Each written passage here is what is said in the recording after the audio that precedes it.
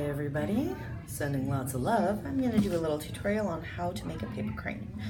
So the first thing you're going to do is take your paper crane paper and you're going to make sure that the pattern that you want showing on the outside is on the bottom. You're going to take one corner and fold it over to the next. Part of origami is making sure that your points are very well lined up. As you go into the corner, you just want to be very careful and gentle. It's not something that you can do fast or without thought. It's very purposeful. A good way to meditate. Then you're going to open it back up and you're going to fold it into another big triangle in the other direction. So again, we're making sure to match our points well, and we're slowly going out to each side. Like so. Okay, so you should have a large X across your square. The next step is to take two corners and make them meet the other two corners into a large rectangle. Again, making sure your corners match and slowly creating your creases. These creases are important for following our folds later.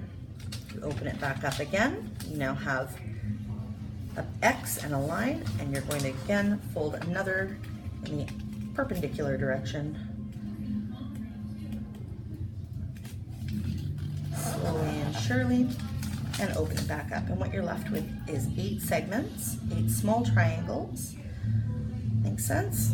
Okay, the next step you're going to do is you're going to make sure you have your finger on a point, and then you're going to make this point come down here, folding along the line that I'm highlighting. Okay, so you're folding along that line first, not along the whole way, just half. So this corner meets there, like so.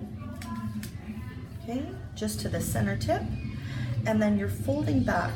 You'll see there's another crease along this axis as you fold, and you fold back over it so that this center corner goes to this center corner, like so.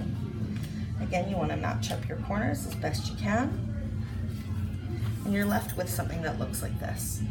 Okay, you're then going to do the same to the other side. So you're going to fold along here, matching this corner to this corner, and then you're along this crease here, which you can see I'm highlighting, you fold back over this way.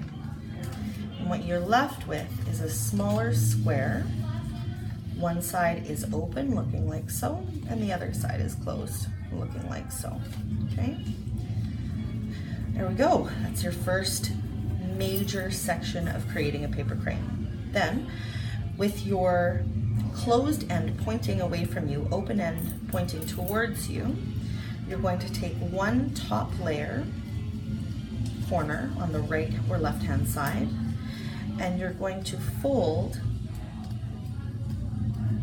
into the center line. Okay? So I'm remembering that the closed part is here, the open part is here, and you're going to do it again on the left.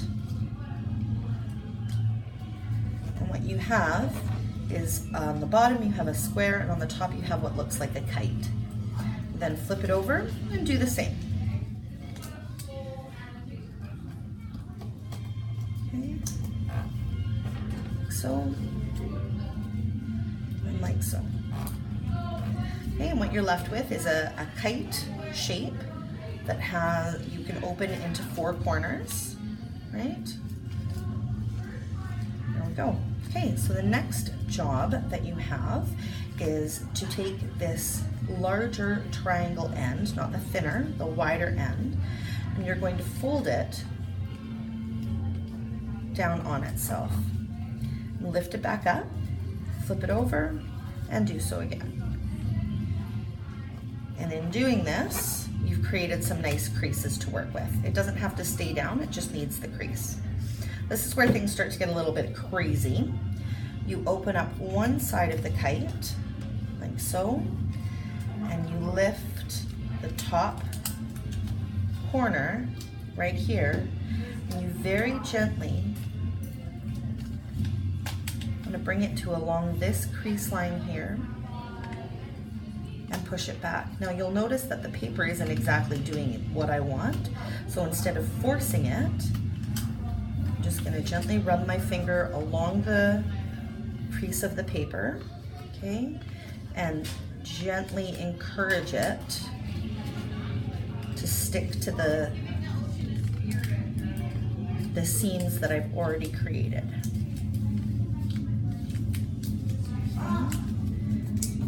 Like so. Okay, I'm going to flip it over, do it again. So you open the flaps of the kite, take the tip, gently coax it open. You don't want to just push down, right, because you're going to rip the paper. So you just gently coax it into your new shape.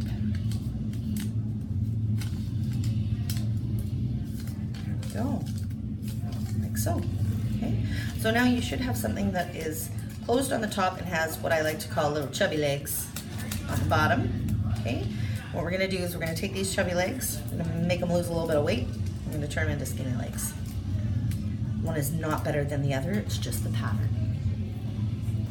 A little bit of body positivity for you there. Okay, so we fold that into the middle, so we go from having the wider leg to the thinner leg. And it's okay that you're coming up here to fold, that's supposed to happen. You flip it over and do the same thing again. One side and the other. Okay, and now you're left with two skinny legs. Okay, so it's a little bit crazy, but that's okay. You're then gonna, holding the little legs, you're gonna take your fingers and right in the middle, you're gonna try and work your finger into each side. Okay, and open it like so. Okay, you're gonna put those two sides together.